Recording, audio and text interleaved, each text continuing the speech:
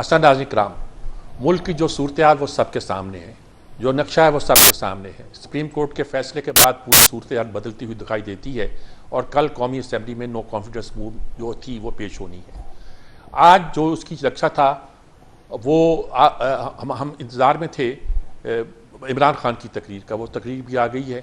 उन्होंने ये कहा है कि वो इस टोले को कबूल नहीं करेंगे और इनके खिलाफ जद्दोजहद करेंगे। ये बाहर से मुसल्लत किया हुआ टोला है जो हमारे यहाँ आ रहा है, नाम भी लिए, लेकिन इस बार उन्होंने अपनी तकरीर में कोई सख्त, बहुत ज़्यादा सख्त अल्फाज अपने मुखालफों के लिए इस्तेमाल नहीं किए, बल्कि ये कहा कि मैं आपके साथ हूँ, परसों इतवार के दिन आप मैदान में निकलें, मुझे अपने साथ पाएंगे, हम जद्दोजहद करेंगे। जो सूरत हाल क्या पैदा होने वाली है, कल क्या क्या नक्शा होगा। फवाद चौधरी तो कहते हैं कि हम लंबी लंबी तकरीरें करके डिले करेंगे, लेकिन कितना डिले करेंगे। जो फैसला होना आज इमरान खान की तकरीर से ये नज़र आ गया है कि इमरान खान ने ये तस्लीम कर लिया है कि पार्लियामेंट में गालिबन वो आउट वोट हो जाएंगे और उसके बाद उन्हें अपोजिशन के साथ मिलकर एक स्ट्रगल का आगाज़ करना पड़ेगा। वो अपनी गुफ्तगू में, मैं ये तो नहीं कहता आप दीदा हो गए थे, लेकिन ये बात ज़रूर देखने में आई कि उनकी आवाज़ भरा गई थी 2-3 बार और ऐसे नज़र आता था कि वो एक सारी सूरत हाल से खुश नहीं है। आज इसी पे हम गुफ्तगू करेंगे। हमारे साथ तहरीक इंसाफ से जमशेद इकबाल चीमा साहब होंगे। सब जानते हैं उनको, हम यहाँ लाहौर में तो बिल्कुल सबके लिए वो बहुत एक्टिव फ़ाल कारकुन हैं तहरीक इंसाफ के। और सेनेटर अफनानुल्लाह खान साहब, हमारे मशाहुद्दौला खान साहब के साहबजादे हैं, जो खुद अब सेनेटर हैं। और मैं अभी बता चुका हूँ उनको भी कि मशाहुद्दौला खान से मेरा ताल्लुक़ बहुत पुराना, कराची के ज़माने का है और बहुत लंबा चौड़ा है। बहुत से काम, बहुत सी चीज़ें हमने इकट्ठे मिल के की हैं। और उसके अलावा आरिफ चौधरी साहब जो सुप्रीम कोर्ट बार के सदर रहे हैं और बहुत दबंग किस्म के वकील हैं, खुलकर बात करते हैं, वो भी हमारे साथ मौजूद होंगे। हमारी कोशिश है इरफान कादर साहब भी हमारे साथ शामिल हो जाएं। इंशाल्लाह ऐसा होगा और हम उनकी राय भी लेंगे। सबसे पहले तो मैं जमशेद इकबाल चीमा साहब से कहता हूँ कि उन्होंने वज़ीर आज़म की तकरीर सुनिए। चीमा साहब, क्या कहेंगे आप? जद्दोजहद देश शुरू होगी, पुराने को आप तस्लीम नहीं करेंगे, मुल्क के हालात बहुत ख़राब हैं, क्या करेंगे, कैसे जाएं, किस तरह बढ़ेंगे आप? बिस्मिल्लाहिर्रहमानिर्रहीम। देखिए, इसमें यू कैन से कि हालात शायद मैं समझते इतने तो खराब कभी भी नहीं थे, इतने तो ऑब्वियस कभी भी नहीं थे। ठीक है कि सारे यू कैन से कि जो गैर मुल्की मुदाखलत है या वहाँ बैठ के शायद पहले तो ये चीज़ें फाइलों में होती थी, फाइलों में दब जाती थी। अब चूंकि मीडिया का दौर है, वीडियो आ जाती है सामने, कहीं कोई पर्दा रह नहीं गया कि ये जो रजीम चेंज है ये अमेरिका से आई है। रजीम चेंज अमेरिका से आई, फिर उसके साथ ही उसमें पैसे का अमल दखल बहुत बढ़ गया। फिर कहीं इनकार नहीं किया गया, कहीं उसे डिसऑन नहीं किया गया, कहीं उसे यूएन से कुछ पाया नहीं गया। और फिर सहूलतकार जो है बड़ी दलेरी से निकल आए, दलेरी से निकले। मैं समझता हूँ कि ये जो रजीम चेंज है या तरीके अदम एतमाद है, वोट ऑफ नो कॉन्फिडेंस, ये तो जमहूरियत में यू कैन से कि पार्ट ऑफ इट, ठीक है। वो इशू नहीं है। वो कोई ये इस वाक़े से 7 मार्च से पहले निकल आते कोई इशू नहीं था, 2 महीने बाद निकलते कोई इशू नहीं था। हुकूमत आप 3 साल 7 महीने करें या 9 महीने करें या 3.25 साल करें, लेकिन ये साथ इवन से कि उनके हद के साथ। चलिए चीमा साहब, मैं मानता हूँ साजिश हुई है, लेकिन क्या पहली बार हुई है? मैं समझती इतनी आदमी से पहली बार हुई है, और जहाँ जहाँ भी हुई है लोगों ने माइंड किया है। देखें, भुट्टो आज तक जिंदा है और जिंदा इसलिए हुए कि भुट्टो के दौर में अगर आप देखें तो अवाम को यू कैन से कि शायद सबसे ज्यादा क्यों साजिश हुई? क्यों साजिश हुई? इमरान खान साहब जब वापस आए थे अमेरिका से ट्रंप को मिलकर, तो उन्होंने कहा था मैं जैसे सेकंड वर्ल्ड कप जीत के आ गया हूँ। तो अब क्या हो गया था? वो और भी बहुत से रेफरेंसेस हैं जो बताते हैं कि मगरब के, तो वो खुद कहते हैं मैं मगरब में रहा हूँ, जितना मगरब को मैं समझता हूँ कोई नहीं समझता। फिर क्या हो गया था? अच्छा, मुझे थोड़े में टाइम देना, मैं एक वाक़या आपको बताता हूँ। लास्ट को दो हफ्ते पहले जो मीटिंग हुई तो प्राइम मिनिस्टर इमरान खान ने उसको चेयर किया। उस मीटिंग में मैं था और हमाद अजहर थे और शौकत तरीन साहब थे, फखर इमाम साहब और प्राइम मिनिस्टर चेयर कर रहे थे, हाँ, रज़ाक दाऊद साहब, ये लोग थे। इशू क्या था कि टॉपिक ये था कि जी हमें रशिया से तेल मंगवाना चाहिए या नहीं मंगवाना चाहिए। 35% तेल हमें सस्ता मिलता था, वहाँ पे डिस्काउंट था हमारे पास। और दूसरा था कि ये जो आप कह लें गंदम है, गंदम रशिया से इंपोर्ट करनी चाहिए या नहीं करनी चाहिए, इस पे क्या रिस्पांस होगा अमेरिका का। ये आपका लिंक टॉपिक था। इस पे हुआ तो हमें वहाँ बार बार पता चल रहा था कि इंडिया जो है वो तकरीबन 18 लाख बैरल में तेल मंगवा लिया। नॉर्मली पहले 20 लाख पूरे साल में मंगवाते हैं, अभी वो 2 महीनों में 18 लाख बैरल मंगवा लिया। हमें 35% सस्ता मिल रहा था। और फिर फैसला ये हुआ कि हम थ्रू चाइना रशियन तेल थ्रू चाइना पहले 10% मंगवाते हैं, तो वहां से भी मंगवा सकते हैं, बट 10% ज्यादा नहीं कर सकते, ये एक लिमिटेशन थी। फिर 10% किराया पड़ जाता था।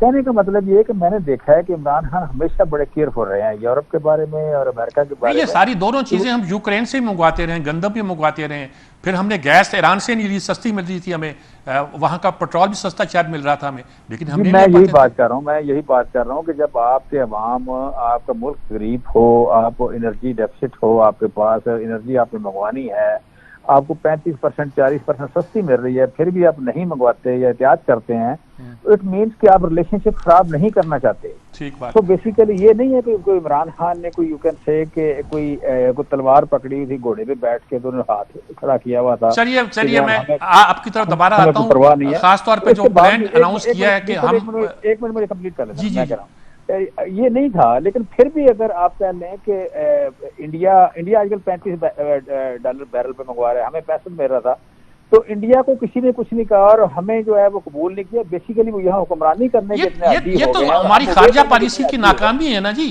3.5 साल से तो आप ही चला रहे हैं ना, खारजा पॉलिसी की नाकामी है। नहीं, अगर आपने 100% मानना है, हर चीज माननी है, तो खारजा पॉलिसी कैसी है? अच्छा चलिए, पहले मान लेते थे, अब हमने 100% नहीं मानना, फर्क ये पड़ा है। अच्छा चलिए, पहले 100% मानते थे, नहीं मानना। आप अब ये कहते हैं कि हमारे एंटी वेस्ट स्टांस की वजह से अगर हमें कोई मुआशी नुकसान हो रहा है तो हमें बर्दाश्त करना चाहिए, क्योंकि यही हमारी खुददारी का मुतालबा है। चलिए दुरुस्त बात है। अफनान साहब, मैं आपसे पूछना चाहता हूं कि तकरीर आपने भी सुनी होगी और 2 दिन से सारा कुछ जो कुछ हो रहा है उसमें क्या पॉइंट ऑफ व्यू है आपका, क्या करना चाहेंगे आप? कल नो कॉन्फिडेंस हो जाएगा, जहाँ क्या सूरत हाल पैदा होगी? अगर शहबाज शरीफ आ भी गए और अगर यकीन लगता है कि वो आ रहे हैं, तो कैसे मसले हल करेंगे? मसले तो बड़े संगीन हैं। आप तो सस्ती गैस भी पेट्रोल भी नहीं ले सकते बकौल जमशेद इकबाल चीमा साहब के। जी बिस्मिल्लाह रहमान रहीम। देखिए बात ये है कि आप ये फॉरेन पॉलिसी को, पाकिस्तान की फॉरेन पॉलिसी को मैनिपुलेट करें अपने पॉलिटिकल गेन्स के लिए पाकिस्तान के अंदर, ये एक अनफॉर्चुनेट बात है। इमरान खान ने ना न्यूक्लियर प्रोग्राम पाकिस्तान का स्टार्ट किया, ना न्यूक्लियर धमाके किए, तो इनके ना वॉर ऑन टेरर के टाइम पे ये थे, तो इनके ऊपर तो कभी कोई इस तरह का प्रेशर आया ही नहीं, ना इस तरह का प्रेशर पिछली हुकूमतों पे आता रहा। तो ये बात कह देना कि जी हम पे बड़ा गैर मुल्की, तो भाई अगर आप बर्दाश्त करके फिर रशिया से तेल ले लेते, तेल आपने रशिया से नहीं लिया, आपने सिर्फ बातें की और उसकी वजह से पाकिस्तान की फॉरेन पॉलिसी को भी आपने नुकसान पहुंचाया और आपने जानबूझ के नुकसान पहुंचाया। मतलब कि ये कौन सा तरीका है दुनिया के अंदर कि आपकी 80% एक्सपोर्ट जो है वो यूरोपियन यूनियन और अमेरिका में है और आप जाके किसी और मुल्क से कहेंगे जी हम तुम्हारे साथ दोस्ती खेलना शुरू कर देते हैं। ये कोई तरीका है? मतलब कोई अकल वाली बात होनी चाहिए ना। और फिर आप ये देखें, कमाल आप देखें इनका कि इन्होंने जो नो कॉन्फिडेंस मोशन हमने नवंबर में ऐलान किया था, रशिया का और यूक्रेन का कॉन्फ्लिक्ट हुआ 23 फरवरी को, इन्होंने उसको हमारी नो कॉन्फिडेंस मोशन को उससे नथी कर दिया और कहा कि जी मुल्क में साजिश हो रही है। भाई ये कौन सी साजिश है? ये हमारी नो कॉन्फिडेंस मोशन पहले हुई, उसके बाद हमने रशिया को कन्विंस किया कि वो यूक्रेन पे हमला करे और उसके बाद इनके खिलाफ साजिश शुरू हुई। मतलब कोई सर पैर होना चाहिए ना। आप अपनी अच्छा नहीं, वो सारी बातें ठीक हैं, लेकिन अब आप क्या करेंगे जब आप पावर में आ गए, कल आ जाएंगे या परसों आ गए और इमरान खान ने मुजाहरे शुरू कर दिए, तो आपके पास क्या रास्ता है मुल्क को इस पूरी सूरत हाल से निकालने का? मुआशी सूरत हाल है या खारजा पॉलिसी की सूरत हाल है? मैं तो सी पैक का भी कहता हूँ कि सी पैक से हमें दूर जो किया गया वो भी एक मसला है और वापस जाना भी हमारा आसान नहीं पड़ता। क्या करेंगे आप? देखिए पहली बात तो ये है कि हम पाकिस्तान के जो एक तो ये कि हम जो पाकिस्तान के दोस्त मुल्क हैं उनसे हम दोबारा से री इंगेज करेंगे, जिसके अंदर चाइना है, जिसके अंदर सऊदी अरेबिया है, और हम जो हमने चाइना पाकिस्तान इकोनॉमिक कॉरिडोर किया था, इंशाल्लाह हम CPEC 2 करेंगे और हम पाकिस्तान के अंदर टेक्सटाइल के अंदर, फार्मास्यूटिकल के अंदर और दीगर इंडस्ट्रीज के अंदर इन्वेस्टमेंट चाइना से लेके आएंगे इंशाल्लाह। और जो चाइनीज़ प्रोजेक्ट हमने अप्रूव किए हुए थे जिनमें मुख्तलिफ मोटरवेज थी, डैम्स थे, रेल रोड थी, उनको हम दोबारा से रीस्टार्ट करेंगे और साथ साथ हम जो है वो इनको वेस्ट को भी इंगेज करेंगे और IMF प्रोग्राम को भी इंगेज करेंगे एट द सेम टाइम। ठीक बात है। और मैं आपकी तरफ दोबारा आता हूं। और इसकी आरिफ चौधरी साहब हमारे साथ मौजूद हैं, उनसे बात करें। आरिफ चौधरी साहब, क्या सूरत हाल पैदा हो रही है? माशी बहरान भी आ रहा है, कानूनी बहरान भी से तो गुजरे हैं, और अदलिया के फैसले की लोग तारीफ भी कर रहे हैं, दाद भी दे रहे हैं। आपकी राय भी मैंने सुनी है, शायद मैंने शेयर भी की है, एक जगह हम इकट्ठे भी थे। क्या आप कहेंगे इसको, क्या सूरत हाल है? मीर साहब, बहुत शुक्रिया आपका। आप माशाल्लाह हमेशा ही आप सच की बात करते हैं। मैं आपसे एक बात अर्ज करूं कि ये जो सिस्टम हम इस तरह चला रहे हैं ना, पहली बात तो मैं इस फैसले के बारे में सिर्फ एक राय छोटी सी देना चाहता हूं। फैसला बहुत अच्छा है, लेकिन इसे करने के लिए जो अंदाज इख्तियार किया गया है उससे कुछ चीजें ऐसी रही हैं जो वो जो कहते हैं ना कि इंसाफ होता हुआ नजर आना चाहिए, उसमें जरा थोड़ी सी गड़बड़ हो गई। मसलन मुझे नहीं पता था, आज सोशल मीडिया के जरिए पता चला बाद रिश्तों का, बाद ताल्लुकात का। मैंने अभी भी एक किसी और प्रोग्राम में भी ये बात की कि मैं अदलिया की आज़ादी पे हम सारे यकीन रखते हैं, लेकिन पूरी दुनिया में ये तस्वर है कि अदलिया को जब ये पता होता है जज साहिबान को कि मेरा ये रिश्ता कल को डिस्क्लोज होगा और बात आएगी वो रिश्ता बहुत पुराना है, एक रिश्ता है बहुत पुराना है, मेरी गुजारिश चीफ जस्टिस बनने से पहले डिस्क्लोज। मैं अर्ज करूं एक लम्हे के लिए, बहुत पुराना रिश्ता है, लेकिन रिश्ता तो एग्जिस्ट करता है। कानून ये है अब तक जो जहां फैसले होते हैं ये होता है कि अपने आप को आप दूर रखते हैं, रेक्यूज करते हैं कि जनाब कोई दूसरा आ जाए मेरी जगह, कोई जरूरी नहीं होता। साहब मैं गुस्ताखी ना हो तो इधर करूं, सद्दुक हुसैन जलानी थे जिस वक्त, उसको सजा हुई थी हमारे मुंसुर रज़ा जिलानी को, ये भी हुआ है इस मुल्क में, तो उन्होंने रिक्यूज किया। तसद्दुक हुसैन जिलानी ने उस वक्त रिक्यूज कर दिया था। उन्होंने कहा जी मेरे उनके साथ ताल्लुकात है, रिश्ता है, मैं नहीं बैठ सकता। तो थोड़ा सा एहतियात हो जाती, लेकिन हम इस पर ज्यादा जोर नहीं देते क्योंकि फैसला ठीक हुआ है, कोई ऐसी बात नहीं। दूसरा थोड़ा सा एक और जो दरमियान में चीज आई कि आप इलेक्शन कमीशन को भी बुला रहे हैं और आप रिमार्क्स भी ये दे रहे हैं कि जनाब अगर इसी असेंबली को हम बहाल करते हैं तो उससे लोग सड़कों पे होंगे और हम ऐसी हुकूमत नहीं बनाना चाहते जो कमजोर हो, हम एक पाकिस्तान को मुस्तहकम हुकूमत देना चाहते हैं। तो ऐसे कमेंट्स देने के बाद जो तासुर आपने कायम कर दिया वो ये था कि आप अल्टीमेटली यानी इलेक्शन की का रास्ता जो है उसे कोई ना कोई इंस्ट्रक्शन देंगे। और फिर बात एक और कि जो इतना शोर जो उन्होंने मचाया हुआ है कि जी फौरन साजिश हो गई, उसमें ये हमने सिक्योरिटी कमेटी के पास भी ले गए, तो उसे कम अज कम थोड़ा सा तो उसको उसके अच्छा, ये आपकी बात ठीक है, चलिए बात ठीक है, लेकिन आप ये कह रहे हैं कि फैसला ठीक हुआ है, क्या कह रहे हैं? मैं अर्ज करता हूं कि फैसला यकीनन यही होना चाहिए था बात, लेकिन सिर्फ अंदाज। एक और चीज आपके साथ शेयर करूं कि मसलन बाहर खड़ा होकर प्रेसिडेंट जो है सुप्रीम कोर्ट बार एसोसिएशन का, वो ये कह रहा है कि जी पिछले सारे ताने धुल जाएंगे। आप कम अज कम उसे तब्बी तो करें, भाई ये अदालत है, आप कौन होते हैं अदालत के भी आप पे इस तरह ताने लेने वाले और ताने के मैं क्या कहूं, वाले। और वो तो आपके भाई बंद हैं साहब। हम तो सारे इस बात के, मैं तो इस बात का कायल हूं कि जब आप एक बात करें तो आप अपने तौर पे किसी पार्टीजन ना हो। जब आपने किसी पार्टी का ब्रीफ ले लिया, पैसे वसूल कर लिए, उसका केस आप लड़ रहे हैं, तो उसके बाद यू आर पार्टीजन। तो इस मामले में हमारी बारों ने जो रोल प्ले किया है वो भी कोई इतना अच्छा नहीं। और फिर मौलाना फजलुर रहमान का बाहर खड़े होकर कहना कि जनाब हम ऐसा फैसला नहीं मानेंगे, ये वो चीजें थी जिसकी वजह से एक अच्छा फैसला जो है उसको भी मुतनाज़ा बनाने की। मैं दोबारा आपकी तरफ आता हूं। आज इमरान खान साहब ने तो ऑन एयर ये बात कह दी है कि ये फैसला जो आया इस पर मुझे तहफ़्फ़ुज़ात हैं, फलां फलां फलां फलां हैं। बहरहाल वो अलग बात है, एक वक्फा लेते हैं, वक्फे के बाद बात को दोबारा शुरू करते हैं। शायद इरफान कादर साहब भी उस वक्त हमारे साथ मौजूद हों और उनकी राय भी लेंगे, और बाकी साथी जो हमारे साथ मौजूद हैं उनके साथ गुफ्तगू जारी रखेंगे। हम इसमें पार्टीजन नहीं है, पाकिस्तान का मफाद चाहते हैं, पाकिस्तान की बेहतरी चाहते हैं, पाकिस्तान को आगे बढ़ते हुए देखना चाहते हैं।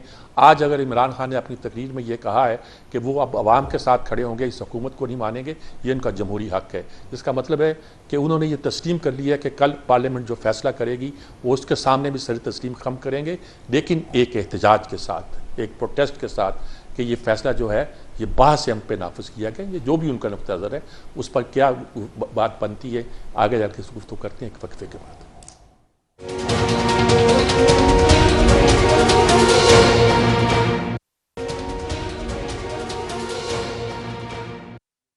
जी नाज़रीन कराम, हम गुफ्तगू कर रहे थे, सारी सूरत हाल आपके सामने आई। आपने जमशेद इकबाल चीमा साहब को सुना, अफनान उल्लाह साहब को सुना, और उसके साथ हमने आपको आरिफ चौधरी साहब की भी गुफ्तगू सुनाई, उनका क्या पॉइंट ऑफ व्यू है, दूसरे कानूनदान क्या कहते हैं, उनका क्या राय बनती है, ये अलग बात है। लेकिन इस वक्त जो नक्शा सामने आया है वो ये है कि लोग इस पूरी सूरत हाल से पूरी तरह मुतमिन नहीं है। चीमा साहब, मैं आपसे पूछ रहा हूँ जी कि आप स्ट्रगल करना चाहते हैं दोबारा एक तरह की ताबीर पाकिस्तान की एक आज़ाद खारजा पॉलिसी हो, ये तो आम लफ्ज़ों में बात है। लेकिन फवाद चौधरी ने तो ये तक कह दिया कि सन 40 में 23 मार्च में जो कायदे आज़म की क़यादत में स्ट्रगल शुरू की थी, अब गोया पाकिस्तान के लिए आज़ादी के लिए वो स्ट्रगल हमें दोबारा शुरू करना पड़ेगी। इस स्ट्रगल को किस रुख पे आप ले जाएंगे और मुल्क को क्या फ़ायदा पहुंचेगा इसका फौरी तौर पर? सिर्फ आज़ादी और खुददारी? मैं समझता हूँ ये बिल्कुल ठीक है, इसमें एक लफ्ज़ की भी कमी है, 1% की भी कमी नहीं है कि आज भी देखें अगर इतना ज़्यादा कॉन्फिडेंस और इतना ज़्यादा यू कैन से एक कंट्राडिक्शन कि हमारा पड़ोसी $35 फी बैरल तेल ले रहा है और इसे कोई नहीं पूछ रहा, और हम $65 पे भी नहीं ले सकते, और हम आप कर लें कि हमारे पास गंदम की कमी है, हम वो नहीं ले सकते। गंदम एक्सपोर्ट करने वाले फ्रांस, ऑस्ट्रेलिया और अमेरिका, 3 मुल्क है, तीनों की गंदम महंगी होती है, रशिया और यूक्रेन गंदम सस्ती होती है, और आजकल यूक्रेन की सारी पोर्ट बंद है, तो आपके पास यही एक ऑप्शन बचता था। लेकिन और फिर यू कैन से कि आप अपनी मर्जी से किसी का दौरा नहीं कर सकते, आप अपने ऊपर होने वाला हमला, खादी भी आप हों और अपने ऊपर होने वाले हमले का अगर आपने एहतजाज करना है तो पहले शाम को बताना है, या पहले बताना है कि जनाब हमारा एहतजाज जाली होगा, असली नहीं होगा। चीमा साहब, ये बात दुरुस्त है, लेकिन इससे क्या पाकिस्तान की आवाम को क्या फायदा पहुंचेगा? हम बुरी तरह फंसे हुए हैं। यानी हमें $35 तेल चाहिए, अगर आप एहतजाज करेंगे तो तेल मिल जाएगा क्या आपको? मैं तो थोड़ा सा प्लीज मेरी बात कर लेने देना। मैं कह रहा हूँ कि इससे फायदा ये होगा कि दुनिया में जहाँ कहीं भी किसी ने अपने अवाम की मजबूरी को, अपनी मजबूरी को सामने रख के काम किया है, आज़ादी से काम किया, रिलेशनशिप बिगाड़े नहीं है, अपने अवाम के मुफादात को या अपने मुल्क के मुफादात को सामने रख के किया है, तो उन लोगों ने अल्टीमेटली आज़ादी हासिल की है। और जिन लोगों को गुलामी का शौक था, जो कहते थे कि बेगर आर नॉट द चूजर और हमारे पास ऑप्शन ही नहीं है, वो लोग अल्टीमेटली गुलाम ही रहे। चीमा साहब, मैं दोबारा आता हूँ। अशफाक तौला साहब हमारे साथ शामिल हुए हैं, कराची की पूरे पाकिस्तान की बिजनेस कम्युनिटी भी और इक़्तिसादी माहिरीन भी उनसे बहुत अच्छी तरह वाकिफ़ है, उनकी राय को भी जानते हैं, उनसे पूछता हूँ। तौला साहब, अस्सलाम वालेकुम। वालेकुम अस्सलाम। तौला साहब, क्या सूरत हाल है इस वक्त? आज डॉलर जो है वो फिर ज़रा औकात में आया, थोड़ी बहुत ही ₹3.5 के करीब वो नीचे गया है, और उसके अलावा स्टार मार्केट की बेहतर हो रही है। क्या ये कह रहे हैं कि जी तेल हमें नहीं लेने देता, अमेरिका सस्ता और महंगा मिलता है? क्या आप क्या कह रहे हैं, क्या नक्शा बनने जा रहा है इस सारी चेंज का? बिस्मिल्लाहिर्रहमानिर्रहीम। देखिए, मैं आपको बहुत सीधे तरीके से बता देता हूँ कि आज जो मेरी काफी बैंकर से आज तक, आज बहुत शॉर्ट डे होता है फ्राइडे, आपको पता है, और रमजान के अंदर 3 घंटे होते हैं, आपके 10 से 1 बजे तक का एक आपका टाइम होता है, ये जनरल ट्रेडिंग के अंदर, और स्टॉक मार्केट भी इसी जाती है। देखिए, बड़े दिनों से ये टर्मोइल चल रहा था, जो आपका बहरान था, जो सियासी बहरान है या जो आईनी बहरान हो गया था, वो बड़े अरसे से चल रहा था। और कल जो रात को फैसला आया सुप्रीम कोर्ट से, इसके बाद लोगों के जहन में एक बात बन गई है कि एक पॉलिटिकल सर्टेनिटी आने की गुंजाइश हो चुकी है। और मैं ये समझता हूँ आज ये इस बात की अक्कासी कर रहा था कि स्टॉक एक्सचेंज में लोगों ने डिस्पाइट द फैक्ट कि 2.5% इंटरेस्ट रेट बढ़ा। देखिए, ये बहुत बड़ा एक बात होती है कि 2.5% इंटरेस्ट रेट बढ़ जाना, उसके बावजूद स्टॉक एक्सचेंज में इतनी अच्छी तेजी देखना, मेरा ख्याल है सिर्फ इस बात की गम्मादी कर रहा था कि लोगों ने कहा कि चले अब सुकून का सांस लें, एक नई हुकूमत आएगी, चाहे 6 महीने के लिए आए, 3 महीने के लिए आए, कम से कम ये टर्मोइल, जो पॉलिटिकल टर्मोइल है, वो खत्म हो जाएगा।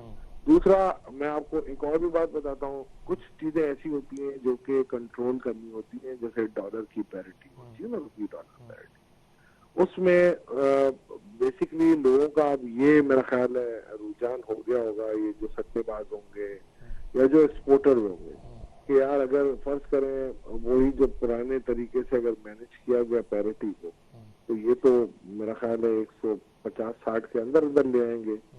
और इसी डर से और डर खौफ से, जो मुझे अपने डीलर्स ने बताया कुछ करेंसी के, इसी डर खौफ से लोगों ने, जो सट्टेबाज थे, उन्होंने अपने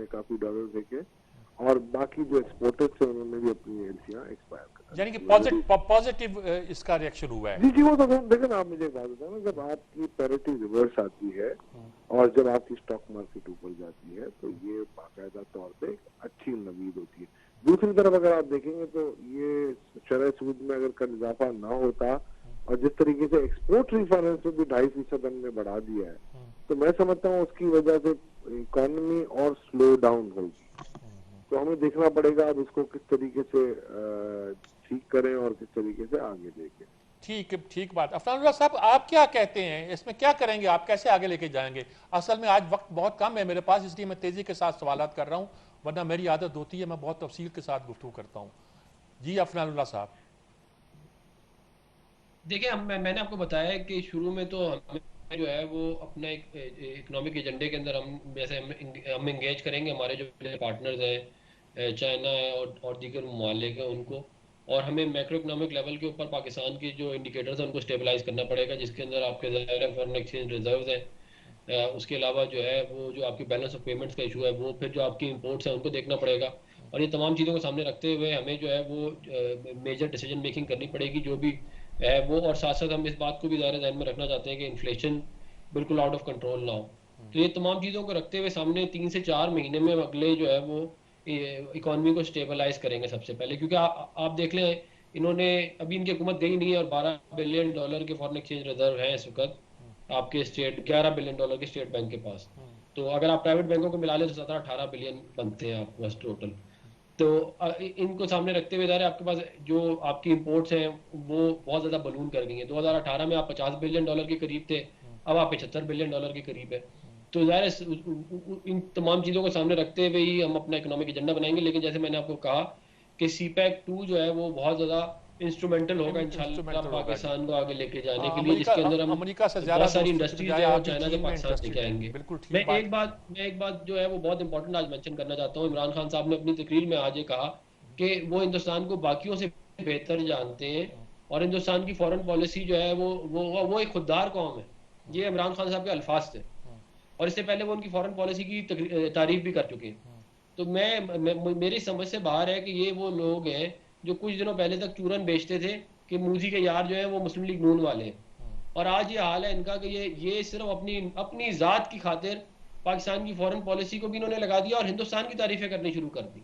आप सोचेंगे क्या कहते हैं किस लेवल तक इंसान को गिरना, मतलब आप अपना इक़्तिदार जाता देखते हुए आपने आपकी पहले दोबारा आता हूं, ताल्लुकात खराब करने की कोशिश की, फिर आपने अमेरिका के साथ खराब करने की कोशिश की और अब आप हिंदुस्तान की तारीफें कर रहे हैं। ये इनके हालात हैं। मतलब आप पाकिस्तान नहीं है, आप इमरान खान एक इंसान है। पाकिस्तान के अंदर 22 करोड़ लोग रहते हैं। 22 करोड़ लोगों का मुफाद देखना चाहिए। इमरान खान का जाती मुफाद, आप चॉइस की तरफ आता हूं ताकि मैं एक वक्फा लेना है मुझे, फिर उसके बाद दोबारा मैं आप लोगों की तरफ आऊंगा। आरिफ चौधरी साहब, आप क्या कहेंगे इस वक्त जो सूरत-ए-हाल पैदा मैं ये अर्ज करूंगा कि इमरान खान साहब जो दावा कर रहे हैं, दुनिया में जिस शख्स ने इस इंडिपेंडेंस का दावा किया है उसे सबसे पहले अपनी एक अच्छी टीम चाहिए। जो उन्होंने अब तक गवर्नेंस दिखाई पाकिस्तान में वो कोई ऐसी काबिले फख्र नहीं थी, काबिले इज्जत नहीं थी, और जो जिस तरह ना उनके पास कोई टीम है। सिर्फ दावा करने से पाकिस्तान जो है वो इंडिपेंडेंट नहीं हो सकता। उसके लिए वो विजन भी होनी चाहिए आपके अंदर, और आपको उसके लिए केडर्स बनाना पड़ते हैं। आप अपनी पार्टी को आज देखें, बे फॉरवर्ड हमें देखना चाहिए।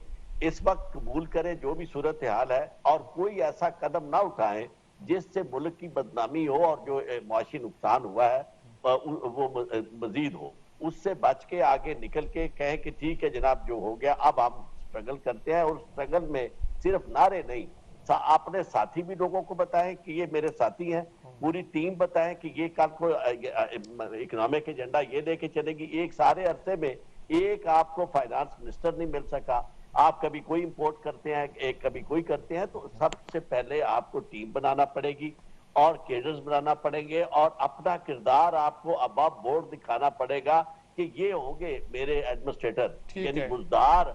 और जिस तरह के लोगों ने अब पाकिस्तान के साथ, पंजाब के साथ जो कुछ किया, खैबर पख्तूनख्वा में जितनी गवर्नेंस आपने जिस तरह की और जो ब्लंडर्स हुए हैं जिस तरह के, कभी इंट्रोस्पेक्शन भी करें। ये जरूर है कि जी अमेरिका ने जी कर दिया, सारी बात होगी अपने तौर पर, ऐसा होता है और हम बड़े बदकिस्मत है इस लिहाज से कि हमारे साथ ऐसा हो रहा है। लेकिन कुछ शायद दे लोग भी जालिम सन, कोई सान मरंदा शौक। बहुत शुक्रिया। मैं एक वक्फा लेता हूं, वक्फे के बाद कंक्लूजन की तरफ बढ़ेंगे और आपसे कंक्लूडिंग रिमार्क सभी से लेंगे ताकि हम जान सकें कि आप इस वक्त क्या महसूस करते हैं। हमने हल तलाश करना है पाकिस्तान के लिए, पाकिस्तान के अवाम के लिए, पाकिस्तान के लोगों के लिए और स्टेट के लिए। स्टेट खतरे में है, इसमें कोई शक नहीं है।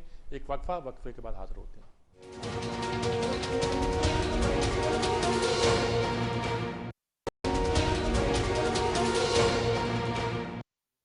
जी नाज़रीन कराम, हम जितनी भी गुफ्तगू की है, इम्कान तो इतना है कि हम जितनी देर चाहे इस पर गुफ्तगू करते रहें। मसला ही बहुत नाजुक है, मसला ही बड़ा हसास है और इसमें कोई शक नहीं है कि इसमें ऐसी बारीकियाँ पेचीदगियाँ हैं कि जिनको अगर हम हल करने लगें तो वही वक्त लगेगा, लेकिन वक्त बहुत महदूद है हमारे पास।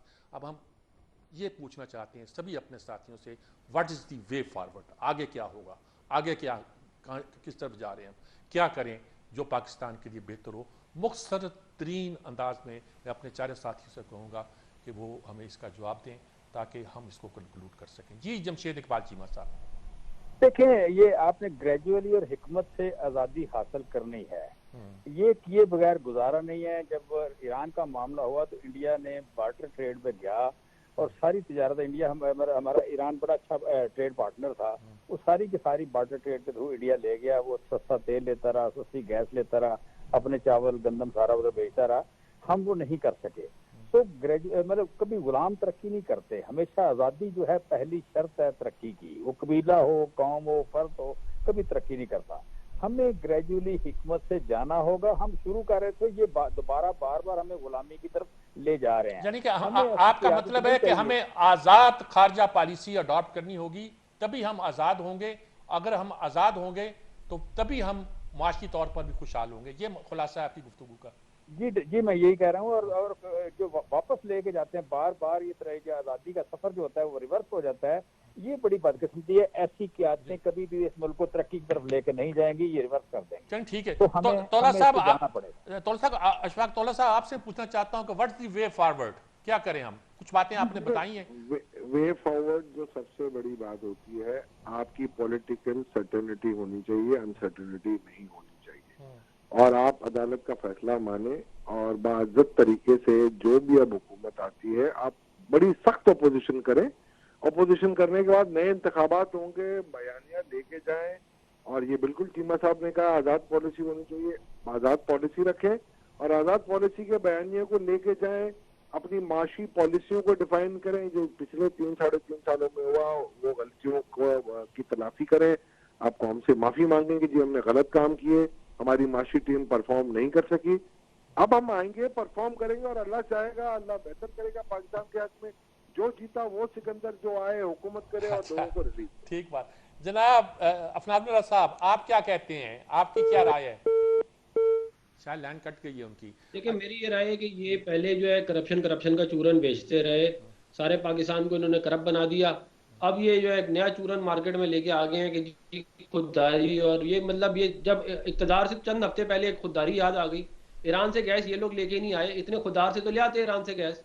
और खुददारी के आलम ये है, आपका अब ये है।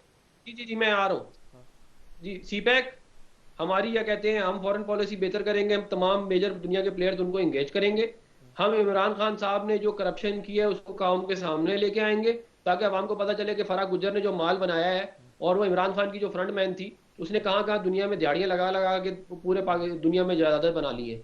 और ये सारा कुछ करेंगे और साथ ये बताएंगे कि इमरान खान जो हिंदुस्तान की इतनी मोहब्बत जाग गई है, इससे बोले कि अपने बच्चों को पहले पाकिस्तान लेके आए, यहाँ पे लाके रखे, उसके बाद किसी को यहाँ हिंदुस्तान भेज दे अपने बच्चों को। इतना अच्छा मुल्क है तो वहां पे जाके रहे। मतलब शर्म का मुकाम है कि हिंदुस्तान कर रहे हैं, अपनी कौम से खिताब में हिंदुस्तान लगाया हुआ इन्होंने। ये अजीब मजाक बना लिया इन्होंने इस मुल्क का। ये कोई तरीका है कि आप उनकी फॉरेन पॉलिसी, कल को ये कह देंगे दो कौमी नजरिया भी ठीक नहीं है, कल को ये कह देंगे हम सारे हिंदू बन जाए। इमरान खान का क्या पता है, वो तो अपने होश में नहीं होता। मुझे लगता है इस तरह की बातें कौन करते हैं। फिर आपसे बात होगी। अब मैं आरिफ चौधरी साहब से भी चाहता हूं कि वो भी कंक्लूडिंग आवाज दें ताकि हम बहस को खत्म कर सकें। हजूर, वे फॉरवर्ड ये है कि सबसे पहले तो ये पार्लियामेंट जो है ना, इस सारे सिलसिले को ना शुरू करे कि पहले उन्होंने इनके खिलाफ केसेस बनाए, अब ये इमरान खान के खिलाफ केसेस बनाए। ये दुश्मनी और रकाबत और इस हद तक ना ले जाएं। पाकिस्तान के लिए अगर कुछ करना है तो उसे जो गलतियां उन्होंने की हैं कि वो ये ना दोहराएं। अब होने क्या चाहिए, आपको बुनियादी तौर पर कुछ कवानीन ऐसे जिसमें आप जजेस की तकर्री का मामला उसे साफ और शफाफ बनाने के लिए कानून साजी करें। आप दो इंतहाई इंपॉर्टेंट पोस्टें हैं, एक पोस्ट है चेयरमैन नैब की और दूसरी है चीफ इलेक्शन कमिश्नर की। उसके तरीकेकार को ऐसा आसान और अच्छा बनाए, साफ और शफाफ थ्रू पार्लियामेंट करें, जिससे कल कोई इतनी बड़ी पोस्टों पर बैठे हुए लोग जो हैं उनका सब लोगों को पता हो कि किसे आप बना रहे हैं, और उसमें उनके बैकग्राउंड के हवाले से सब लोगों से पूछा जाए और उसके बाद पार्लियामेंट फैसला करे। क्योंकि ये वो चीजें हैं जो इस सारे अरसे में। और दूसरी बात यह है कि ये एक लम्हे के लिए ये सोच रहे हैं कि अगर वाकई पाकिस्तान से मोहब्बत है, अपनी जुबान को कम से कम दुरुस्त करें, कंट्रोल करें। प्रेस के मामले में अपना रवैया दोनों घर जो है वो बड़ा सही करें, फ्रीडम। हाँ जी, बहुत शुक्रिया आपका आरिफ चौधरी साहब। हम बात बहुत लंबी कर सकते थे, आज बदकिस्मती से वक्त हमारे पास कम था। एक तो इमरान खान साहब की तकरीर भी आ रही थी, फिर मामला बहुत नाजुक और हसास है, इस पर हम पैरों बोल सकते हैं। कल मैं 3 घंटे बैठा रहा था अपने चैनल पर, और एक दिन पहले 4 घंटे बैठना पड़ा था, इसलिए कि हम इस मसले को हल कर सकें। वे फॉरवर्ड यही है कि हमें मुल्क को उसके सही रास्ते पर चलाना है। आज़ाद खारजा पॉलिसी, ये कीमा साहब इसरार कर रहे हैं, मुल्क की मईशत को दुरुस्त करना, हमारी मईशत भी यही कह रहे हैं और मुस्लिम लीग के लोग भी यही कह रहे हैं। और तीसरी बात जो ख़ास तौर पर आरिफ चौधरी साहब ने कही है कि हम उन कवानीन को ठीक करें जो मुल्क को डेमोक्रेटिक प्रोसेस पर एक बेहतर तरीके पर आगे ले जाने में मददगार साबित हों। सारी बातें एक तरह की, वैसे हम जब गुफ्तगू करते हैं तो इत्तफाक होता है, लेकिन अमली तौर पर जब हम सियासत के मैदान में आते हैं तो शायद अपनी अपनी राह इख्तियार करते हैं। अल्लाह पाकिस्तान को सलामत रखे और इसको खुशहाल बनाए और इसको बेहतर बनाए और इसको सचमुच असल मानों में इस्लामी जमहूरिया पाकिस्तान बनाए। मैं रियासत मदीना नहीं कहता, इस्लामी जमहूरिया पाकिस्तान जो इसका आइनी नाम है उसको इस्तेमाल कर रहा हूँ। इजाज़त चाहता हूँ। अल्लाह हाफ़िज़।